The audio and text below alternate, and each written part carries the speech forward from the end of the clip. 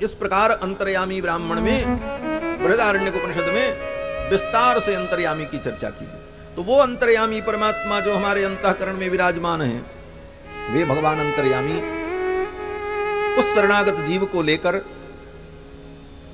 मध्य नाड़ी के द्वारा निकल करके अपने धाम के लिए चल पड़ते हैं। और जब जीवात्मा भगवत धाम की ओर चलता है तो रास्ते में उसका बड़ा स्वागत होता है महाराज, बड़ा भव्य स्वागत। कहां कहां स्वागत होता है? बोले मुक्तोर्चिर दिन पूर्व पक्ष शरदुंग माशाब्द वाताम सुमत ग्लौर विद्युत वरुणेन्द्र धात्री महित सीमांत सिंध्वाप्लुतः। उस जीवात्मा को लेकर के जब भगवान चलते हैं तो जितने देवता हैं, जिस तिथि को उसका शरीर छूटता है उस तिथि के देवता उसका स्वागत करते हैं, जिस दिन वो शरीर छोड़ता है उस दिन के देवता उसका स्वागत करते हैं, जिस पक्ष में उसका शरीर छूटा उस पक्ष के देवता उसका स्वागत करते हैं, जिस महीने में शरीर छूटा उस महीने के देवता उसका स्वागत करते हैं, उत्तरायण में शरीर छूटा तो उत्तरायण के अधिदेवता उसका स्वागत करते हैं और संवत्सर के देवता उसका स्वागत करते हैं। इसके बाद ऊपर के जितने लोक हैं, वरुणेन्द्र धात्री महितः, चंद्रलोक, सूर्यलोक, वरुणलोक, इन समस्त लोकों में उस जीवात्मा को लेकर के भगवान जाते हैं और तत्त लोकों के अधीश्वर जो देवता हैं वे देवता उस जीवात्मा का स्वागत करते हैं। आज ये मुक्त होकर के भगवान के साथ परम धाम जा रहा है और स्वयं भगवान उस जीवात्मा को लेकर सीमांत सिंध्वाप्लुतः, ब्रह्मांड की सीमा जहां समाप्त हो जाती है वहां उस जीव को लेकर के भगवान पहुंचते हैं। वहां पर एक सिंधु है, सिंधु माने नदी, उस नदी का नाम है विरजा। इसीलिए अयोध्या में हमारे यहां आज भी जब भंडारा होता है तो जय बोली जाती है, तो कहते हैं सरजू विरजा की जय। यहां पर सरयू में स्नान करो और फिर अंतिम स्नान विरजा में करना होगा, तब भगवान के पास जीव पहुंचता है। सरयू विरजा की जय। तो विरजा नाम की वो नदी ब्रह्मांड की सीमा पर प्रवाहित होती है।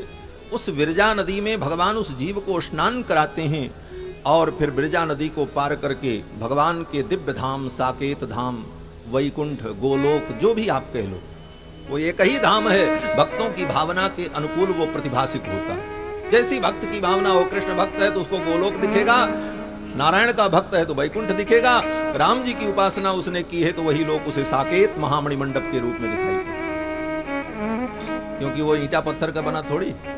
भगवान का वैकुंठ धाम चिन्मय है, शुद्ध सत्वमय है, इसलिए वो भक्तों की भावना के अनुकूल दिखता है, जैसी जिसकी भावना। और फिर वहां भगवान जब उस जीव को लेकर के जाते हैं, अंतर्यामी परमात्मा, वहां पर वैकुंठ में भगवान अपने आसन पर एक रूप से विराजमान रहते हैं। जीवात्मा भगवान को देखता है तो साष्टांग प्रणाम करता है, पुनश्च भूयोपि नमो नमस्ते, बार बार साष्टांग। 96 करोड़ भगवान के पार्षद भगवान की सेवा में रहते हैं। भगवान के आयुध शंख, चक्र, गदा, पद्म, धनुष, बाण, खड्ग, ये सारे भगवान के आयुध दिव्य रूप से मूर्तिमान होकर के भगवान की सेवा में उपस्थित रहते हैं। चारों वेद, 6 शास्त्र, 18 पुराण, समस्त विद्याएं, 14 विद्याएं भगवान की सेवा में दिव्य रूप से उपस्थित रहती हैं। जीवात्मा भगवान को जब बार बार साष्टांग प्रणाम करता है और उस समय वो जीवात्मा भगवान के सामने सामाम नान करता है। इन सब बातों को सुनने का मौका ही नहीं मिलेगा जो मैं कह रहा हूं। जीवात्मा वैकुंठ में पहुंच करके सामाम नान करता है। तैत्रीय उपनिषद में, तैत्रीय उपनिषद के आनंद बल्ली में ये सब वर्णन है। वहां पर जाकर के जीव भगवान के सामने प्रणाम करके कहता है, अहमन्नम अहमन्नम अहमन्नम, हे परमात्मन, अहमन्नम अहमन्नम अहमन्नम, एतत् सामगायन्नास्ते। सामाम नान करते हुए वो जीवात्मा कहता अहमन्नम अहमन्नम अहमन्नम, अर्थात मैं अन्न हूं, मैं अन्न हूं, मैं अन्न हूं। अरे भाई, अन्न तो खाया जाता है, तुम अन्न हो, जीवात्मा कहता है। तो भगवान उसका उत्तर देते हैं। भगवान कहते हैं अहमन्नादः अहमन्नादः अहमन्नादः। अगर तुम अन्न हो तो मैं अन्नाद हूं, ऐसे अन्न का सेवन करने वाला, तुम हमारे भोग्य हो। और इस प्रकार भगवान उस जीवात्मा को उठा करके अपनी गोद में बैठा लेते हैं और फिर उसी क्षण उसके जीवन में अनंत आनंद का संचार हो जाता है और फिर अनंत काल तक सदा सदा के लिए वो भगवान के धाम में ही उस आनंद का अनुभव करता रहता है। तद विष्णोः परमं पदम सदा पश्यन्ति सूरयः, सदा पश्यन्ति सूरयः, सदा के लिए वो उस आनंद को प्राप्त कर लेता है। कहने का भाव कि सत्संग से चलकर वहां तक पहुंचने का यही क्रम है शास्त्र में, इसीलिए सत्संग की महिमा कही गई। बिनु सत्संग विवेक न होई, राम कृपा बिनु सुलभ न सोई। सत्संग में आकर के जीव को इन सारे विषयों का ज्ञान होता है और ये सत्संग भी तब मिलता है जब भगवान की विशेष कृपा होती है।